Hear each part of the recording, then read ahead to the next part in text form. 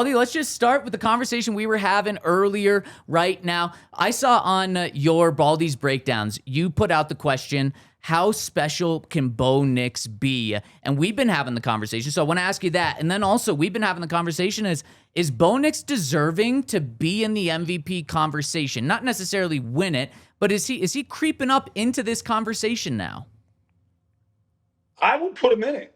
I mean, you've won 11 in a row. You've got the best record in football. He's thrown 500 passes this year. You can't sack him. You can't get him to the ground. He's number one in the lowest percentage of sacks in this league.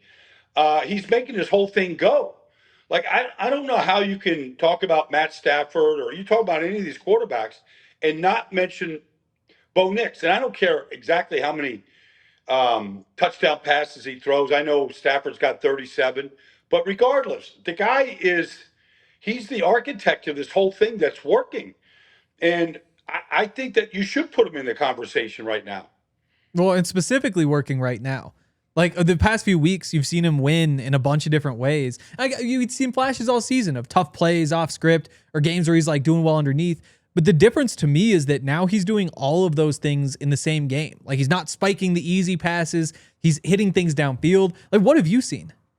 Well, okay, let's just go through it.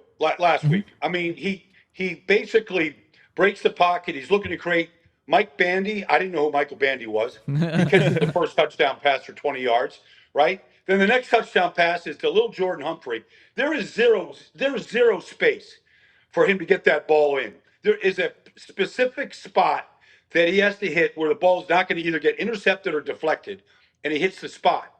And then the next touchdown is to Cortland Sutton against Keyshawn Nixon, and it's an absolute laser. And Nixon is a good corner, and he had no chance.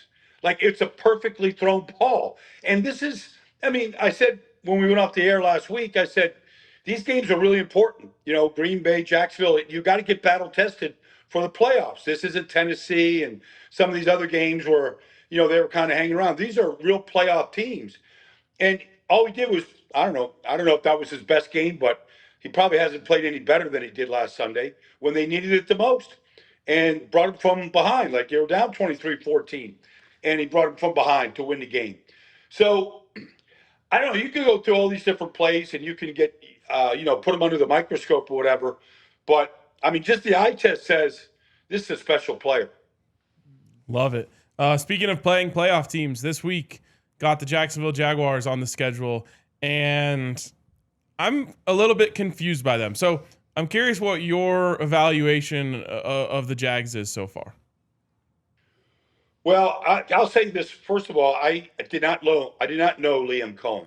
So during one of the OTAs this year, I drove from Fort Lauderdale up to Jacksonville. It's every bit of 5 hours. And I met Tony Baselli there, and I met Gladstone, James Gladstone, the GM, and I met Liam. And then I watched practice, and I talked to him after practice. We all watched it together.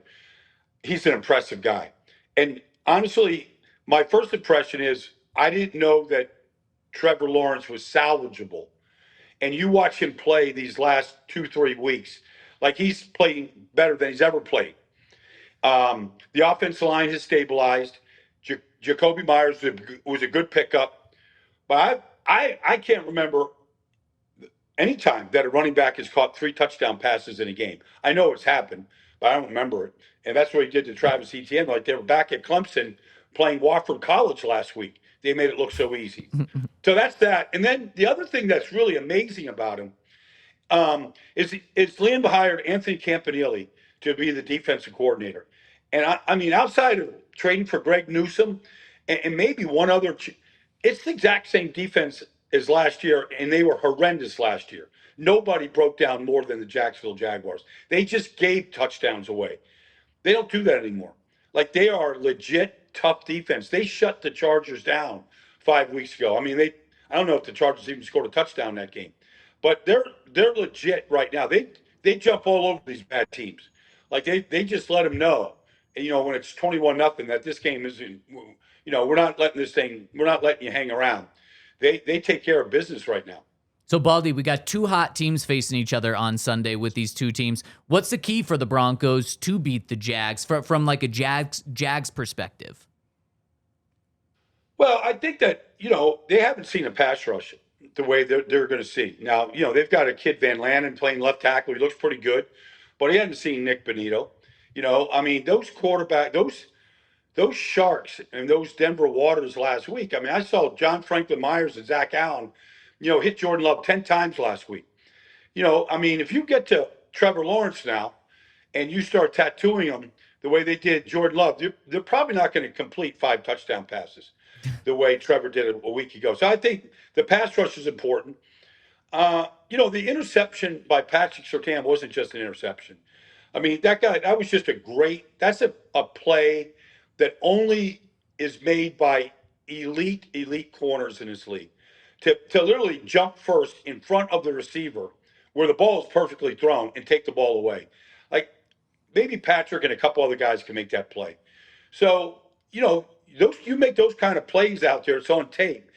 Does Trevor Lawrence have the same gusto to go take a shot down the field to one of his receivers right now? He might pull off on a play like that against Surtain. Yeah, and you wonder if getting the first interception of the year can kind of open the floodgates for Pat, and honestly for the entire defensive backfield, where they've played really well but haven't gotten turnovers, especially just going back and watching some Trevor Lawrence. You could say this about most quarterbacks, but there are some throws that could have been turnovers that weren't pulled off or were called back for penalties. And you start throwing that pressure in there. We saw what it did to Jordan Love. And I feel pretty good saying I think that this could be a week where Trevor Lawrence turns the ball over and the Broncos hopefully can take advantage of that.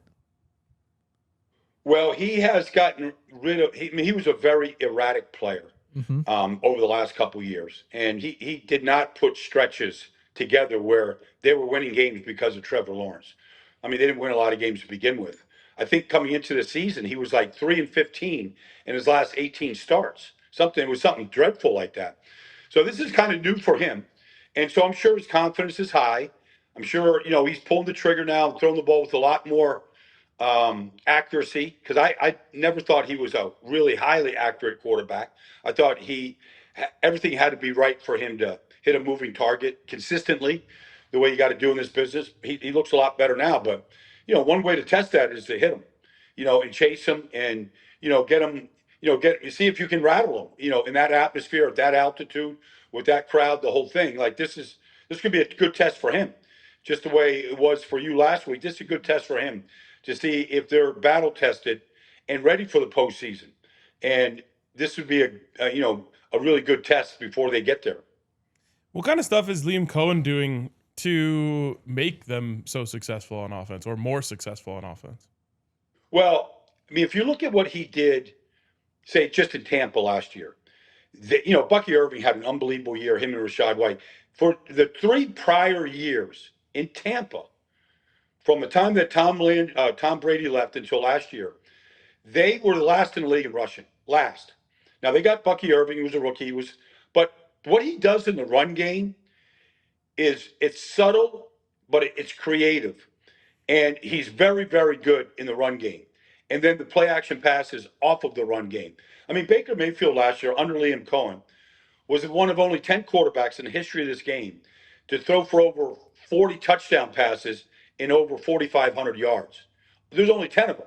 Burrow was one, Peyton Manning. And a lot of that is just Liam Cohen getting the running game going. And you'll see Bashal Tootin, the rookie out of Virginia Tech. You're going to see, quite a few other guys, in addition to Travis Etienne, carry the football. So it's the way that they run the ball that kind of, it's a numbers game. He gets the numbers advantage with his motions and shifts. And I think that's a big part of Jacksonville's success. Baldy, what's going on with Riley Moss? In Denver, it seems like the conversation is he is getting unfairly targeted and flags are thrown on him. He leads the NFL in defensive pass interference penalties. From your perspective, is he playing pretty clean ball and just getting way too many ticky-tack penalties called, or does he need to change the way he plays?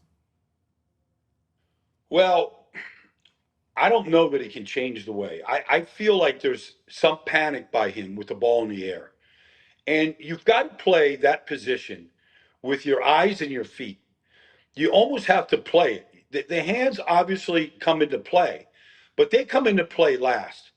Like, you've got to win with your feet. You've got to be able to do things with your eyes. Now, you can't always turn and find a ball, so you got to play blind sometimes. But you can't. You just have to.